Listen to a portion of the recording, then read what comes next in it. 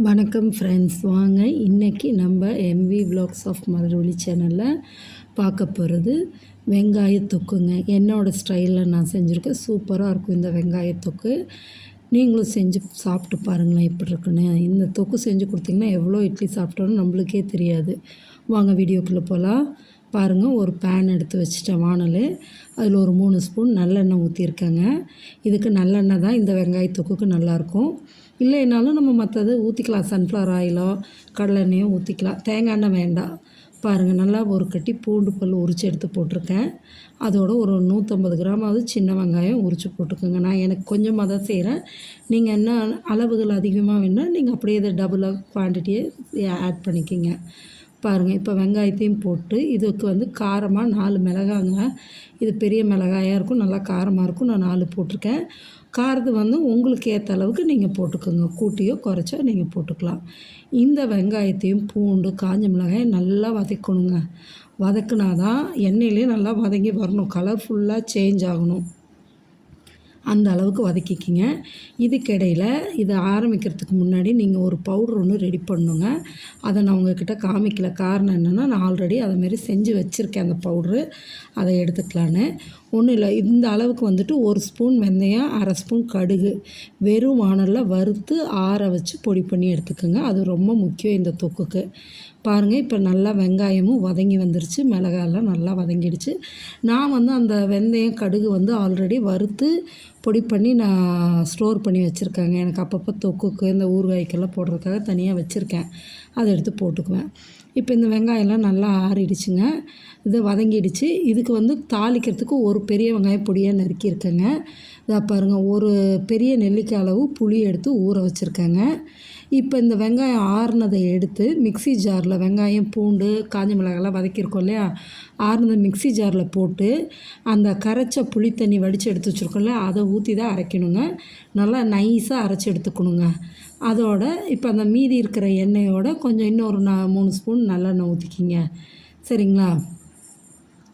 ஊற்றி எண்ணெய் காஞ்சதும் கடுகு உளுத்தம் பருப்பு போட்டு தாளிச்சிடலாங்க.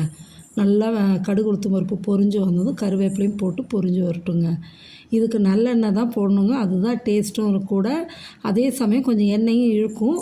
ஒன்றும் பிரச்சனை இல்லை. இது வந்து நீங்கள் ட்ராவலிங்க்கெல்லாம் வந்து யூஸ் பண்ணலாங்க. லாங் டைம் எங்கேயாவது இப்போ டூர் போகிறோம், வெளியே எங்கேயாவது போகிறோன்னா நம்ம டிஃபன் எடுத்துகிட்டு போவோம் இல்லையா, இட்லி தோசைலாம், அதுக்கு எடுத்துக்கலாங்க. பாருங்கள், இப்போ கருவேப்பிலை கடுகுலாம் பொரிஞ்சதும் நறுக்கி வச்ச வெங்காயத்தை போட்டு நல்லா வதக்கி விடுங்க. இதுவும் கொஞ்சம் கலர் சேஞ்ச் ஆகிற வரைக்குமே வதக்கி எடுங்க. எண்ணெயிலே நல்லா பொறுமையாக வதக்கி எடுங்க. இது வந்து இட்லி தோசை எல்லாத்துக்கும் ரொம்ப ஆப்டாக இருக்குங்க. சாப்பிட்றதுக்கு தொட்டுட்டு சாப்பிட அவ்வளோ நல்லாயிருக்கும். இல்லை நம்ம இந்தமாரி செஞ்சு ஸ்டோர் பண்ணி வச்சுக்கலாங்க. வெளியவே வச்சுருந்தாலும் 4-5 நாளைக்கு இருந்தாலும் கெட்டு போகாது. நீங்கள் ஃப்ரிட்ஜில் ஸ்டோர் பண்ணிங்கன்னா ஒரு 20 நாளைக்காவது இருக்கலாம். ஒன்றும் ப்ராப்ளம் இல்லை. அதே சமயம் சாதத்துக்கு கூட நீங்கள் ஒரு முடியாத அன்றைக்கி ஒரு டம்ளர் சாதம் வச்சிங்கன்னா கூட இந்த சாதத்தில் போட்டு பிசைஞ்சு சாப்பிட்லாம். அவ்வளோ நல்லாயிருக்குங்க. இப்போ நல்லா கலர் சேஞ்ச் ஆகிடுச்சு பாருங்கள். வெங்காயம் நல்லா வதங்கி வந்துருச்சு.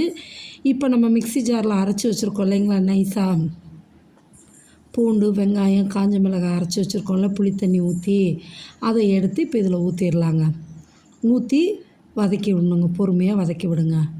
நல்லா இந்த மிக்ஸி ஜாருக்கு அந்த உள்ளே இருக்கிறதெல்லாம் கழுவி ஊற்றுறதுக்கு இந்த புளிச்ச தண்ணி வச்சுருக்கோம் இல்லைங்களா கரைச்சி, அதவே எடுத்து ஊற்றி நல்லா கழுவி ஊற்றிக்கோங்க. மிக்ஸி ஜாரை கழுவி ஊற்றிக்கலாங்க இதுலேயே. நல்லா வேறு எதுவும் தண்ணி ஊற்ற தேவையில்லைங்க. இதில் இருக்கிற இந்த தண்ணியே போதும் நம்மளுக்கு. புளியை ஊற வச்சுருந்தோம் இல்லையா, அந்த தண்ணியே போதுங்க. பாருங்கள், இந்த இவ்வளோ இருக்கு இல்லையா, இதில் அந்த புளி கரைச்ச தண்ணி மீதி இருக்கிறத அப்படியே ஊற்றிடுங்க. ஊற்றி மிக்ஸி ஜாரை கழுவி எடுத்து அதில் ஊற்றிக்கலாங்க. இதோடு ஊற்றிடுங்க. நல்லா கொதித்து சுண்டி வரணுங்க. அப்போ தான் அது டேஸ்ட்டாக இருக்கும் இந்த வெங்காயத்தொக்கு.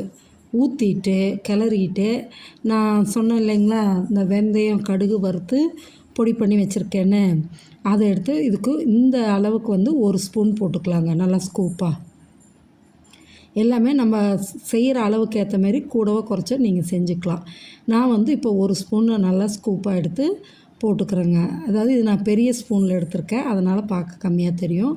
ஆனால் இது 1 ஸ்பூன் அளவுக்கு இதில் போட்டாச்சுங்க. போட்டுட்டு இந்த இதுக்கு தொக்குக்கு தேவையான அளவு கல்லுப்புங்க. கல்லுப்பும் போட்டாச்சு.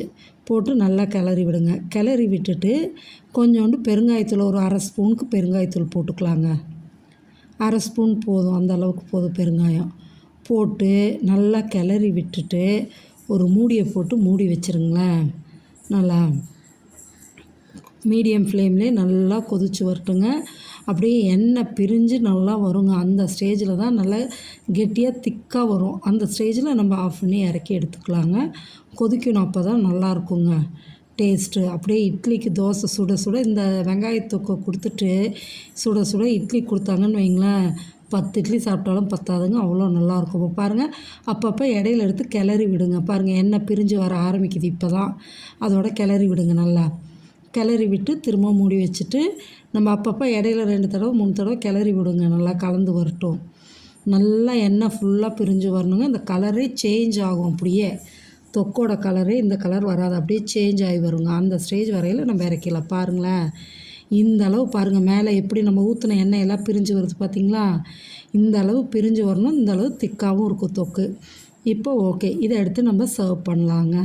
சுட சுட இட்லியோ தோசையோ எது வேணுமோ வச்சு நம்ம சாப்பிட்டோன்னு வைங்களேன், போதும்னு நம்ம சொல்ல மாட்டோம். அந்த அளவு சாப்பிட தோணுங்க. அவ்வளோ நல்லாயிருக்கும்.